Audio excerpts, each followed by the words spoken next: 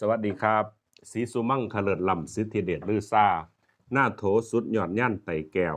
สวัสดีน้อมในข้องพุทธบาทคุณพระพุทธคุณพระธรรมคุณพระสงฆ์ยกใส่เก่าย่อไว้เหนือเสียนครับสวัสดีครับพ่อแม่พี่น้องผมบัณฑิตพราหมณ์สุขสังการสะอาดครับมือนี้ครับสิมาเบาเรื่องสังสู่ฟังแล้วก็สิมาเป่าสังให้ฟังครับสำหรับสังที่เห็นอยู่นี่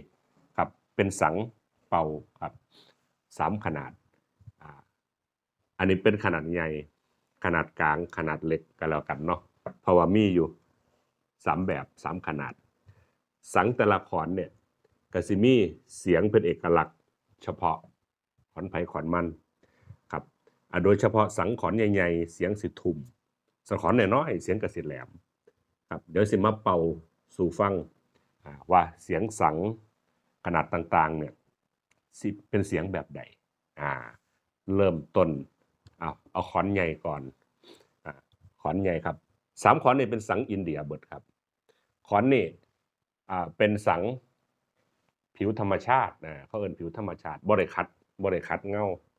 ครับแตกต่างจากขอนที่2ขอนที่2นี่สิขัดเงาครับขัดเงาให้เรียบครับขอนที่3ก็เป็นขอนผิวธรรมชาติคือกันแต่ว่าขนาดเล็กขนาดน้อยกว่ากันสังเกตเปรียบเทียบเบิ่งครับขอนใหญ่นี่ครับ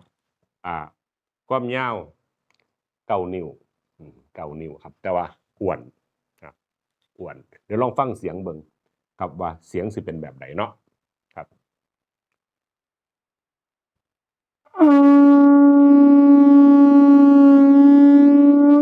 ที่เห็นไหมครับเสียงสิออกทุ่มๆเสียงต่ำๆลองฟังใหม่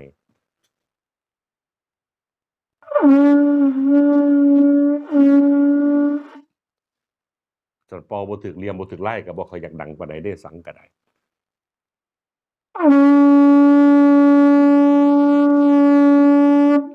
เป็นครับเสียงมวลครับเรามาลองฟังขอนกลางเบิ่งขอนกลางก็ยาว9 นิ้วคือกันแต่ว่าหั่งสิส่งจอยก็ขอนใหญ่นี่ครับลองฟังเสียงเปรียบเทียบขอนกลางเบิ่งเนาะเสียงเป็นแบบใด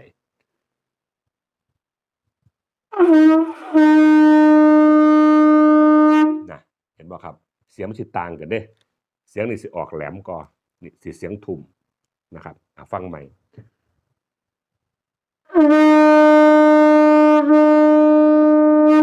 นี่เห็นบ่ครับลองฟังขอนใหญ่เบิ่งเปรียบเทียบอีกเทียนึง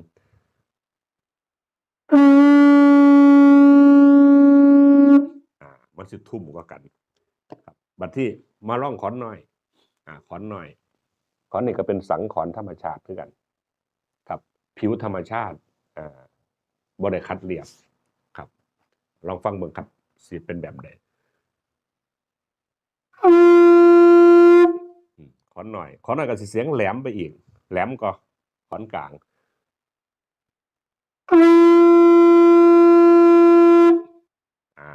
เป็นยังไงครับลองฟังเปรียบเทียบกันเล็กกลางใหญ่อีกที่หนึ่งเง่าเดียวเง่าเสาเดียวเลย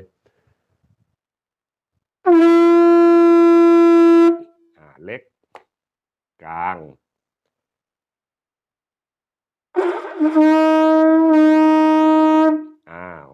ใหญ่